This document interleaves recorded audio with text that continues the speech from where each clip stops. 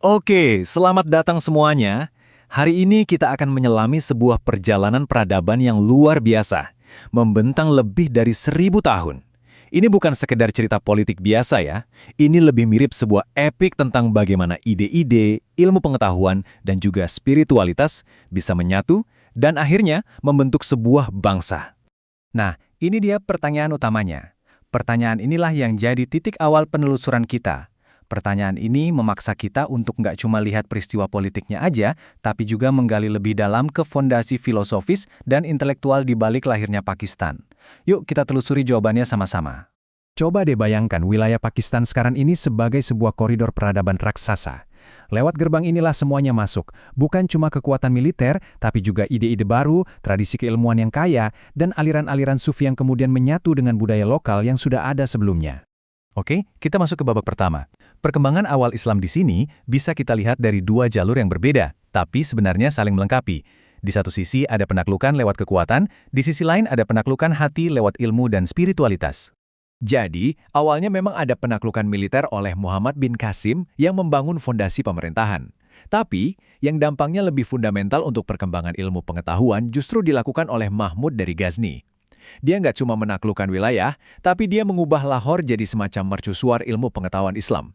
Bayangin aja, para sarjana dari seluruh dunia muslim datang ke sana. Nah, disinilah letak keunikannya. Di saat para jenderal sibuk membangun struktur kekuasaan, para wali sufi justru sibuk membangun fondasi masyarakat yang berilmu. Pendekatan mereka ini beda banget. Bukan lewat paksaan, tapi dari hati ke hati. Dengan menekankan nilai kemanusiaan dan pengetahuan batin. Dan ternyata, pendekatan inilah yang akarnya jadi jauh lebih kuat dan bertahan lama dibanding kekuasaan politik manapun. Sekarang, kita lompat ke era keemasannya, Kekaisaran Mughal. Periode ini bisa dibilang sebagai zaman pencerahan atau renaissance untuk tradisi intelektual dan ilmu pengetahuan di anak benua India. Ini adalah masa di mana terjadi perpaduan yang, luar biasa.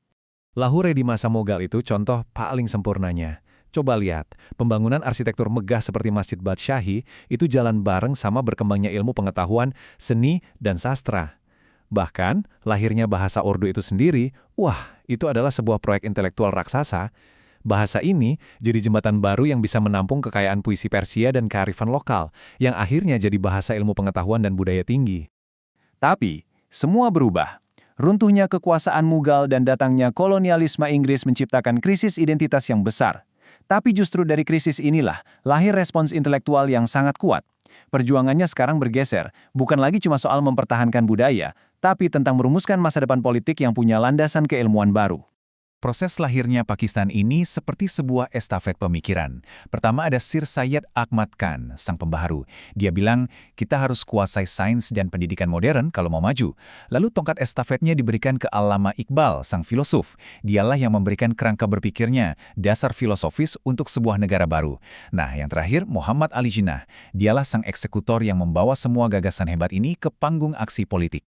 Jadi apa sih sebenarnya teori dua bangsa ini?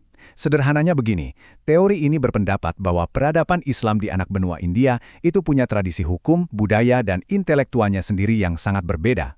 Karena itu, ia butuh sebuah rumah politik sendiri agar bisa berkembang sepenuhnya sesuai dengan prinsip-prinsipnya. Nah, setelah perjalanan pemikiran yang begitu panjang, kita akhirnya sampai pada realisasinya, berdirinya negara Pakistan. Ini bisa kita lihat sebagai sebuah laboratorium modern untuk gagasan tentang negara Islam. Tanggal ini penting banget. Ini bukan cuma soal kemerdekaan politik, tapi ini adalah puncak dari diskusi dan wacana intelektual selama hampir 100 tahun.